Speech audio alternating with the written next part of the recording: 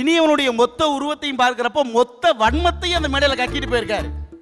எவ்வளவு வன்மம்! நான் கேட்கிறேன், அவரோட முதல் கோபம் அவர் காதல் திருமணம் பண்ண முடியல. ஏன்னா எங்க அப்பா என்னை வாயில இடிச்சு கட்டி வைப்பேன், நீங்க எல்லாம் கல்யாணம் பண்ணி சந்தோஷமா இருப்பீங்களாடான்னு. அடுத்த கோபம், போட்டோக்காரனுக்கு காசு கொடுக்க முடியாம சொந்தக்காரனை ஏமாத்தினாலும் ப்ரீ வெட்டிங் ஷூட்டை பத்தி பேசலாமா? கடைசியா வேற சொல்லிட்டு போறாரு, இவன் கூட சேராத. யார் என்னைய? நான் கேட்கிறேன், உண்மையிலேயே நடுவர் அவர்களே, திருமணம் என்பது என்ன?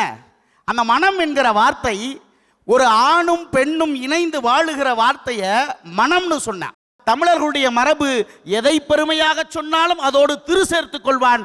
அதனால்தான் அதை திருமணம் என்று சொல்லி பெருமைப்பட்டுக் கொண்டான். நான் என்ன சொல்றேன், எல்லாருடைய வாழ்க்கையிலும் ஒரு முறைதான் இந்த திருமணம் நடக்க போகிறது. அதை எங்களுக்கு பிடித்தார் போல சந்தோஷமாக அனுபவிப்பதிலே எங்களுக்கு சுகம் என்றால் உங்களுக்கு என்ன சுமை என்பதை என்னோட கேள்வி.